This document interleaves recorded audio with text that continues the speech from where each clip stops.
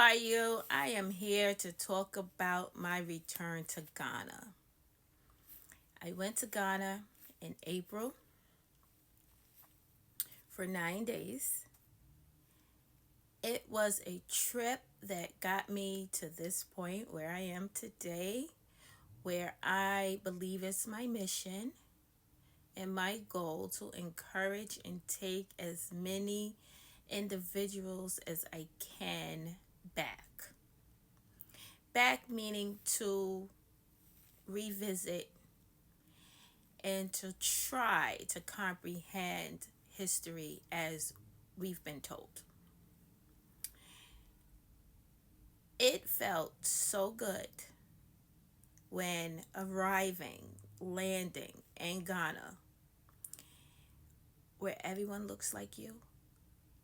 Everyone looks like you, and you feel the warmth, and you feel welcoming, and I felt as though I belonged. Like, I belong here. Yeah, this is me. It was a beautiful, beautiful experience. Media today will have you believe that African nations are dirt poor. Everybody is dirt poor. Everybody is living, in huts and starving of malnutrition, and that's not the case. I believe, and I would love, like I said, to take everybody back with me. I have another trip, April the 8th, 2025. I am encouraging you all to join me. Okay? It is something that the history books can't explain well enough, where you're able to actually comprehend.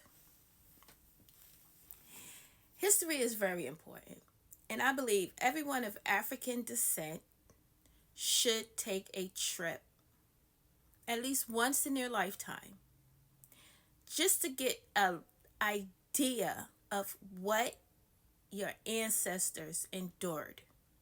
So if you are of African descent, African American, African Caribbean, African European, African Latino, African period, take this trip. Join me. We will go to Cape Coast and Elmina castles. And I'm going to explain it to you. In Cape Coast, when you have that opportunity to stand in a room, in the location that someone that belongs to you was chained in and brutalized in and endured treatment that is completely unhumane.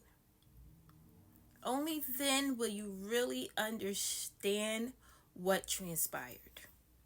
Just to stand in this space, and I may have been there for 5 minutes on an April afternoon. It was hot. It was humid.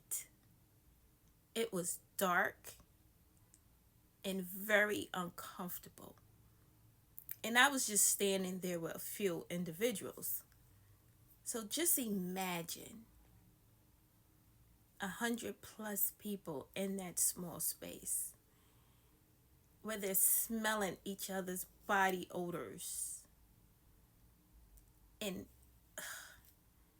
body fluids and feces and leftover food, and it's just inhumane.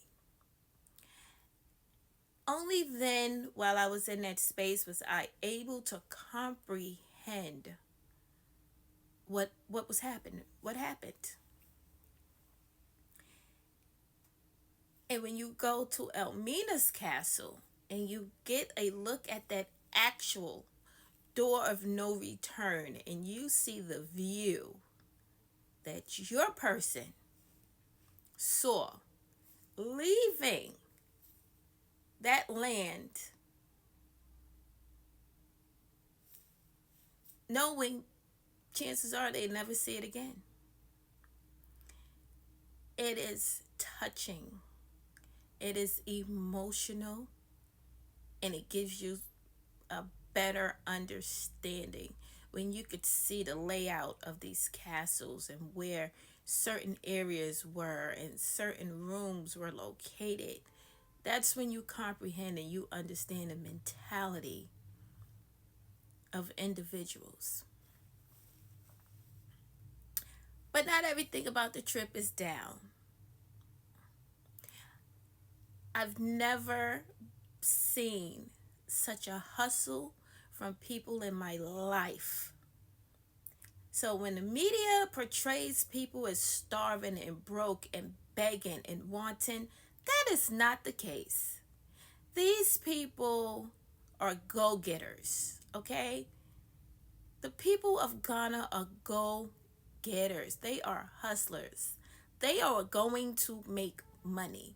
When I tell you anything you want to purchase, you can find anything. You can find it being sold on the side of the street if necessary. Period. You will find it. It's accessible. They're going to hustle and they're going to make money. Old, young, and everything and everybody in between. I just want to give you a story on pride, and I felt so good inside after it. I tell everybody about this. The pride that is taught to the young people in Ghana is unbelievable. So in the midst of my batik making workshop, which I give all props to, because time to retire. You have a bad back. No. What did this do small? 28 years doing this every day. Every day. No. Is it too much? You know what? You gotta put this on the table. On a high table. Yes. Then you stand and do it. Yes. Ah, that one move. Really? Yeah. So this one we She said it won't work. Because this is easier. Squatting like this. Okay. Probably safer too. I don't see how it's safer.